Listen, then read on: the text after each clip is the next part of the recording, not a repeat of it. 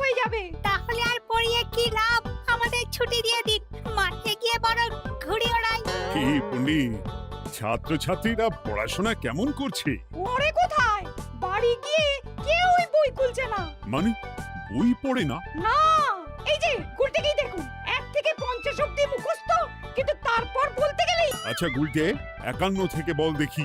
51, 52, 53, 54, 55, 56, 57, 58, 59, 60, 61। 57, 59, 60, সেগুলো আবার কি? 61 আগে তো 60 হবে। 41 এর আগে যেমন 40 হয়, 31 এর আগে যেমন 30 হয়। তুই কি নতুন করে বই লিখছিস নাকি সংখ্যা আবিষ্কার করছিস? না, বই পড়তে ভালো লাগে না। পণ্ডিত, এদের মা বাবাকে ডেকে বোঝাও, শুধু ঘুরে বেড়ালে চলবে, পড়াশোনা করতে হবে তো। আচ্ছা মহারাজ, আপনি যখন এত করে বলছেন, এবার থেকে আমরা মন দিয়ে পড়াশোনা করব। হ্যাঁ, আর বলিস না, তোদের গিন্নিমা আজকে চুনো মাছের চচ্চড়িটা যা বানিয়েছিল না, আহ, পুরো মাখন। গিন্নিমাতে এতদিন জানতাম সরষের তেল দিয়ে রান্না করতো, এখন কি মাখন দিয়ে রান্না করছেন নাকি? আরে দূর, মাখন দিয়ে রান্না করবে কেন? যাই হোক, বাদ দে। উফ, বিকেল বেলা আমাদের বাড়িতে চলে আসিস, তেলে ভাজা দিয়ে মুড়ি খাবো। আর সাথে একটু পেঁয়াজ কুচি আর শসা থাকলে একেবারে জমে যাবে। এ কি মন্ত্রী, তুমি এখানে দাঁড়িয়ে দাঁড়িয়ে গল্প করছো, কোনো কাজ নেই? রাজসভা তো একটু পরে শুরু হবে, তাই একটু ফাঁকা সময়ে। বুঝেছি। বেশি বকবক না করে রাজসভায় এসো, আজকে একটা গুরুত্বপূর্ণ আলোচনা আছে। ঠিক আছে, আমি আসছি। তাহলে বিকেলে চলে আসিস। হ্যাঁ হ্যাঁ মন্ত্রী মশাই, একদম চিন্তা করবেন না।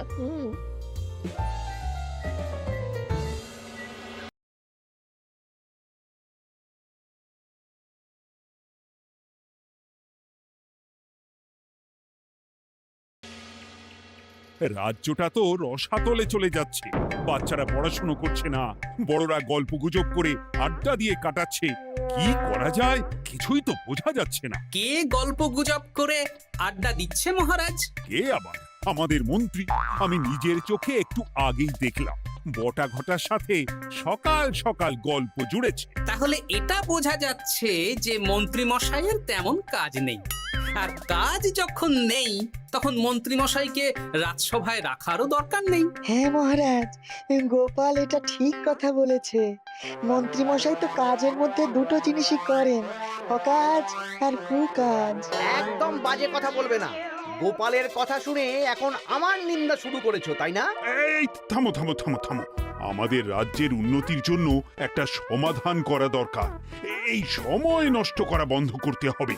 তাহলে মহারাজ, সবাইকে ফাঁকা সময়ে বই পড়তে হবে, পড়াশোনার মধ্যে থাকতে হবে, কারণ জানার কোনো শেষ নেই। তাহলে কি করা যায় বলো তো গোপাল? আমাদের রাজবাড়ির যে গ্রন্থাগার আছে সেটা তো বহু বছর ধরেই বন্ধ, ওটা খোলার ব্যবস্থা করুন মহারাজ। হ্যাঁ মন্ত্রী, তুমি নিজ দায়িত্বে গ্রন্থাগার খোলার ব্যবস্থা করো। অনেক দিন ধরে ধুলো ময়লা জমে আছে, সব পরিষ্কার করবে, আর পরিষ্কার হয়ে গেলে তোমরা সবাই গ্রন্থাগার থেকে বই নিয়ে পড়বে। বেশ। মন্ত্রী মশাই ভালো ভাষার ফেঁসেছেন। হ্যাঁ, জীবনটা তো শুয়ে বসে গুলতানি দিয়ে কাটিয়ে দিচ্ছেন, না হয় একটু কাজ করবেন আর কি। আর হবে না গল্প গুজব, হবে না ঠাট্টা হাসি। গ্রন্থাগার সাফ করতে গিয়ে মন্ত্রীর হবে হাঁচি কাশি। কথাটা বেশ ভালো বলেছে বিজ্ঞানী। ওনার দুটো কাজ, অকাজ আর কুকাজ। সে তো তুমি প্রসঙ্গ আনলে তাই। বেটারা আমাকে নিয়ে রসিকতা করছে।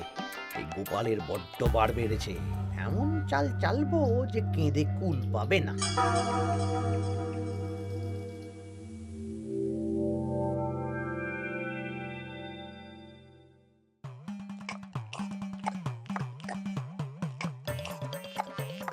বেশ সুখে ছিলাম, কিন্তু হঠাৎ করে গোপাল আর মহারাজের সহ্য হলো না, চাপে পড়ে গেলাম। আমরা আপনাকে চাপমুক্ত করব, বলুন কি করতে হবে? আমি সব ভাবনা চিন্তা করে ফেলেছি, এখন তোদের আমার কথা মতন কাজ করতে হবে। আসতে পারি মন্ত্রী মশাই? হ্যাঁ, এসো এসো।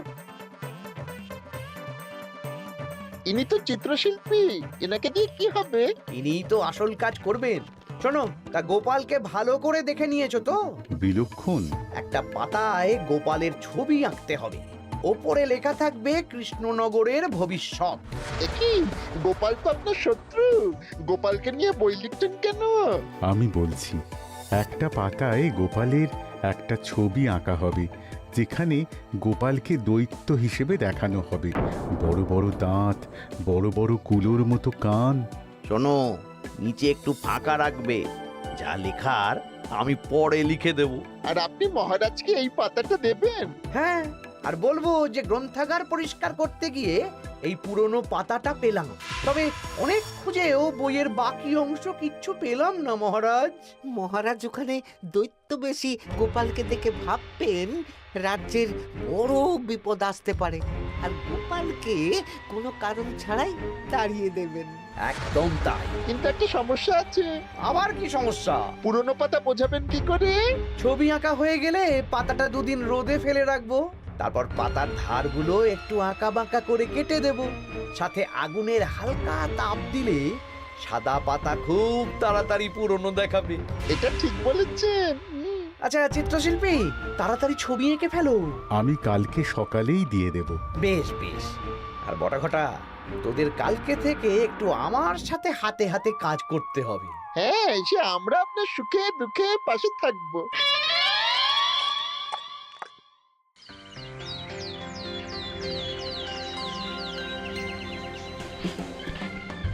ওপরের তাকগুলো পরিষ্কার কর, ওপরের বইগুলো বড্ড ময়লা।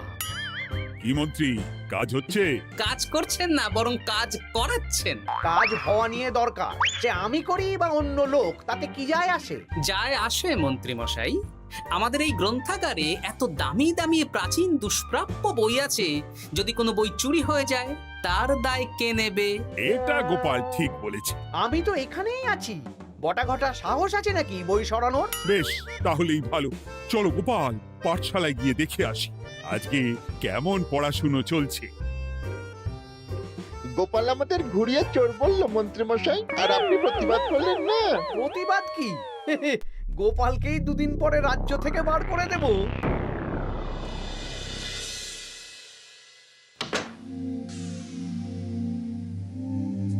মন্ত্রীমশাই, ছবি আঁকা হয়ে গেছে। কই দেখি দেখি দেখি। সাব্বাস, এই তো চাই। এই ছবি দেখে মহারাজ চমকে যাবে। এবার পাতা পুরনো করার কাজটা করে ফেললেই কেল্লা ফতে।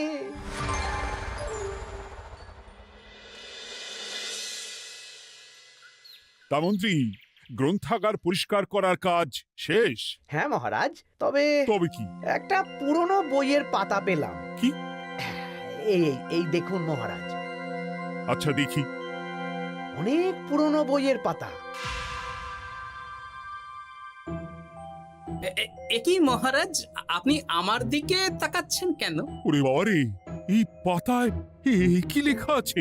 পড়ছি, কৃষ্ণনগরে এক নবরূপী দৈত্য জন্ম নেবে, যার নামের আদ্য অক্ষর গ।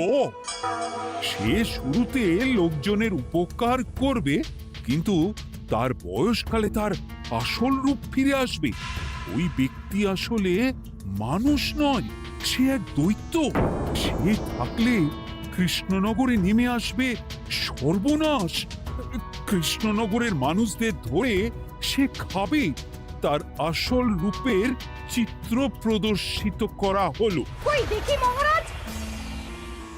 দেখো, সত্যি তো, এই দৈত্যকে একদম গোপালের মতন দেখতে।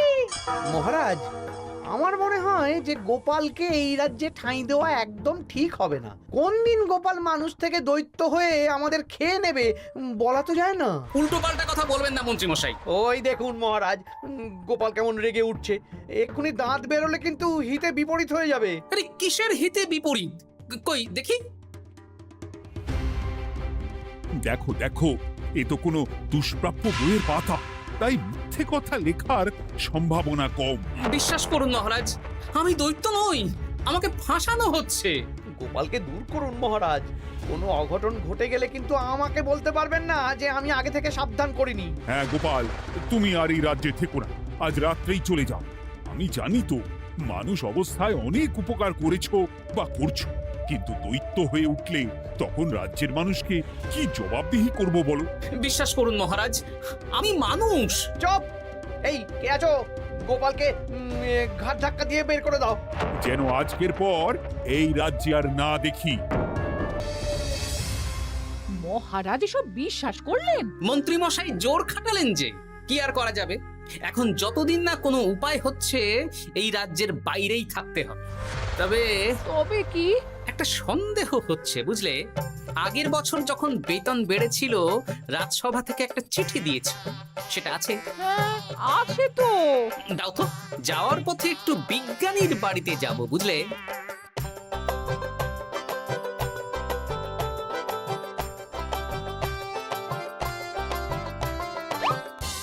এবার চলো।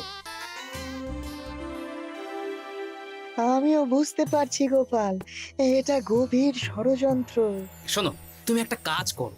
ওই পাতার লেখাটা দেখে আমার মনে হলো হাতের লেখাটা খুব চেনা চেনা। তুমি একবার এই চিঠিটার সাথে মিলিয়ে দেখো তো।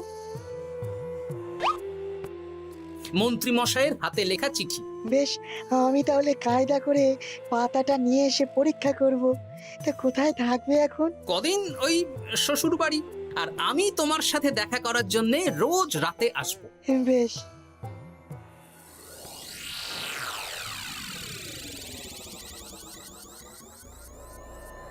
আসতে পারি মহারাজ? বিজ্ঞানী, এসো এসো এসো। বলছি মহারাজ, পাতাটা চাই, আজকে রাতের জন্য দেবেন? হ্যাঁ, নিয়ে যাও নিয়ে যাও। ওই পাতা দেখলেই আমার ভয় লাগছে।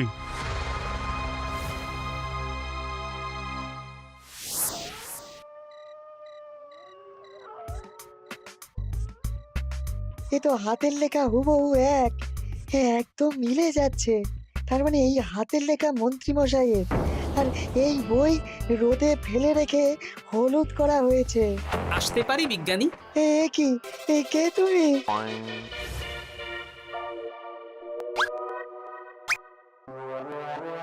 গিন্নির পুরনো শাড়ি পরে নারী সেজে এলাম, কেউ জানতে পারলেই বিপদ। এ কোনো বিপদ নেই, তোমাকে মন্ত্রী মশাই ফাঁসিয়েছেন। ওনারই হাতের লেখা, আর ওটা রোদে ফেলে আর উষ্ণ তাপে রেখে পাতা হলুদ করা হয়েছে। জানতাম এইরকমই কিছু একটা হবে। তাহলে কালকে সকালেই রাজসভায় সব খোলসা করে দিই। না না, তার আগে মন্ত্রী মশাইকে একটু নাচাবো। কিভাবে? আমি দৈত্য সাজবো আর মন্ত্রীকে ভয় দেখাবো। আগে বটাকে দেখাবো, তারপর ঘটাকে, শেষে মন্ত্রীকে। এ ভালো মজা হবে, আমি তোমার পাশে আছি। তাহলে তাহলে এখনই সাজগোজ করে ফেলি, বুঝলে। তুমি একটা চাদর মুড়ি দিয়ে আমার সাথে বটা ঘটার বাড়িতে যাবে এখন। আচ্ছা।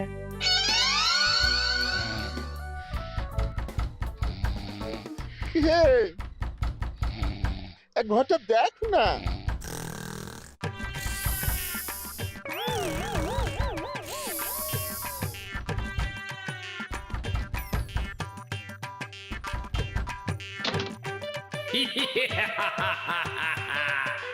আমি তোকে খাবো, আমি দৈত্য গোপাল। বাবারে, আসল দায়িত্ব কি করে হয়ে গেলে? পালাই, এই ঘরটা ওঠ। পালিয়ে কোথাও যেতে পারবি না। আমি তোকে খাবো। বাঁচাও, বাঁচাও। কি হলো? বটা কোথায়? এ বটা, বটা, এ কি হলো তোর? কোথায় গেলি? দৈত্য গোপাল আমাকে ধরে নিয়ে যাচ্ছে।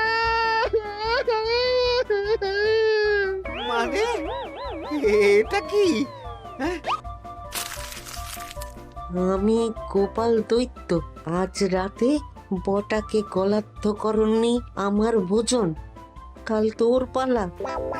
ওরে বাবা রে, কি কাণ্ড! আমাকে ছেড়ে না। চুপ, আমি মানুষ। এবার বল, আমাকে ফাঁসানো হচ্ছিল কেন? বল।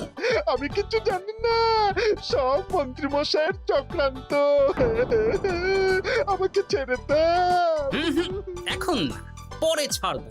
শোনো বিজ্ঞানী, এখন এর মুখ হাত পা ভালো করে বেঁধে ফেলো দেখি। আমি এক্ষুনি বাঁচছি। আর ভোরবেলা একটা কাজ করতে হবে, আমার কয়েকটা নাতি নাতনিকে তোমার বাড়িতে নিয়ে আসবো, আর তারপর আচ্ছা, আমি এখন চললাম, দরজাটা ভালো করে বন্ধ রেখো।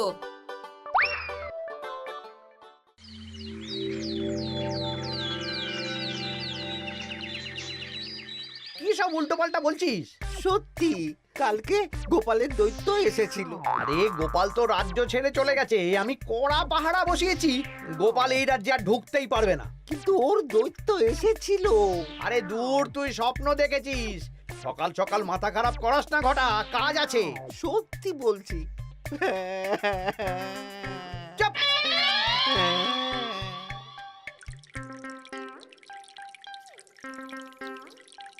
মহারাজ, আমি কানা ঘুষো খবর পেলাম বটাকে গোপাল দৈত্য কালকে রাতে তুলে নিয়ে গেছে। হ্যাঁ, আমিও তো তাই শুনলাম। কি সর্বনেশে দিন এলো! এতদিন তো এই বিপদ ছিল না। কালকে গোপালকে তাড়িয়ে দেওয়ার পরেই গোপাল দৈত্য হয়ে সব শুরু করলো নাকি? আরে দূর দূর, আরে গোপাল দৈত্য হবে কি করে? মানে তুমি তো ওই পাতাটা দেখিয়ে বললে। না, মানে আমি বলতে চাইছি যে মহারাজ, গোপাল দৈত্য হয়ে এই রাজ্যে বিপদ আনতে পারে, কিন্তু সেটা তো এই রাজ্যে থাকাকালীন। এখন তো রাজ্যেই নেই, তাহলে আমি তো এর মাথা মুন্ডু কিছুই বুঝতে পারছি না। সর্বনাশ হয়ে গেছে মহারাজ। কি হলো পুটির বাবা? আজ সকালে গোপাল দাদার মতন দেখতে একটা দৈত্য এসেছিল আমাদের বাড়িতে, আর পুটি ট্যাপা পুচকে তুলে নিয়ে গেছে। এবার আমাদের কি হবে মহারাজ? এ কি সর্বনেশে কাণ্ড রে বাবা! দূর, কি সব বলছো? সত্যি পুটির মা সকাল থেকে কাঁদছে, সকাল থেকে। আজকে ওরা তিনজন পাঠশালাতেও আসেনি। এই সেরেছে। মহারাজ, গোপালকে তাড়ানোর পর থেকে তো দেখছি বিপদ শুরু হলো। এতদিন তো কোনো বিপদ ছিল না। সেনাপতি, তুমি তোমার প্রহরীদের নিয়ে গোপাল দৈত্যকে খুঁজে বের করার চেষ্টা করো। আচ্ছা মহারাজ। আর এই যে মন্ত্রী, বলুন মহারাজ। আজ থেকে রাজ্যের সব দোকান, বাজার, হাট অনির্দিষ্টকালের জন্য বন্ধ থাকবে।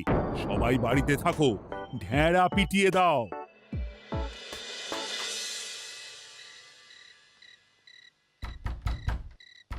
কে? আমি দরজা খুলবো না। এই দরজা খোলো, আমি বিজ্ঞানী।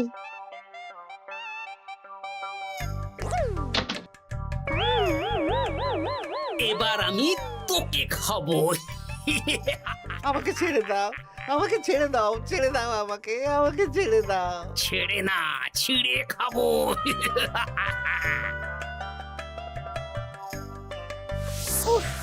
এই তো দাদু চলে এসেছো। এরকম শুয়ে বসে থাকতে ভারী মজা। এ কি বটা, তোর কিছু হয়নি? না না, কাল একটু ভয় পেয়েছিলাম। না, কিছু হবেও না। এই মন্ত্রীর সব চক্রান্ত ধরা পড়ে গেছে। আমি চাইলেই মহারাজের কাছে মন্ত্রীর নিজের হাতের লেখা বইয়ের ব্যাপারে বলতে পারতাম, কিন্তু আমি চাই মন্ত্রী মশাই নিজের মুখে নিজের দোষ স্বীকার করুক। আর সেটা করানোর দায়িত্ব তোর হাতে। আমি কি করব? কাল সকালে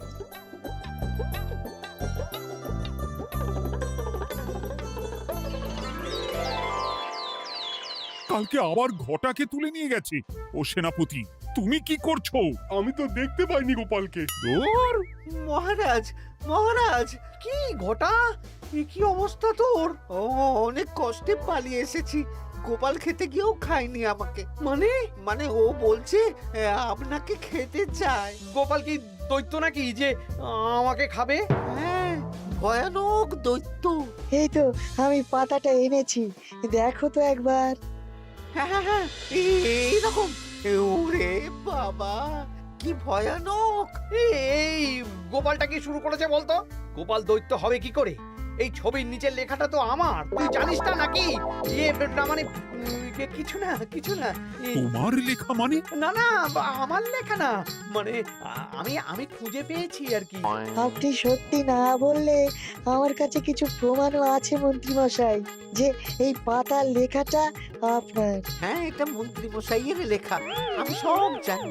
এই তোকে বলতে বলেছি। না, এবার আমি বলবই, আগে আমার প্রাণ, তারপর আপনার মান। মন্ত্রী মশাই এই পাতাটা নিজে লিখেছেন আর গোপালের ওই ভয়ানক ছবি একজনকে দিয়ে আঁকিয়েছেন।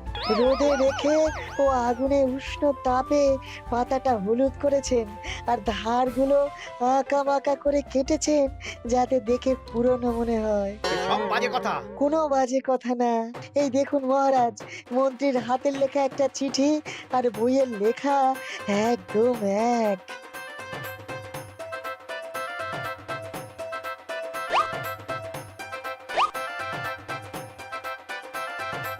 এ কি মন্ত্রী? না মানে কিন্তু গোপাল যদি সত্যিই দৈত্য না হয় তাহলে বাচ্চাগুলোকে আর বটাকে কে ধরে নিয়ে গেল? আমিই ধরে নিয়ে গিয়েছিলাম। অনেক সময় সোজা আঙুলে ঘি না উঠলে আঙুল বাঁকাতে হয়, তাই এই ছোট্ট নাটক। সবাই সুস্থই আছে। এবার মন্ত্রীকে আমি মেরে অসুস্থ করে দেব। সুস্থ মানুষকে দৈত্য বানিয়ে দিলে, হ্যাঁ?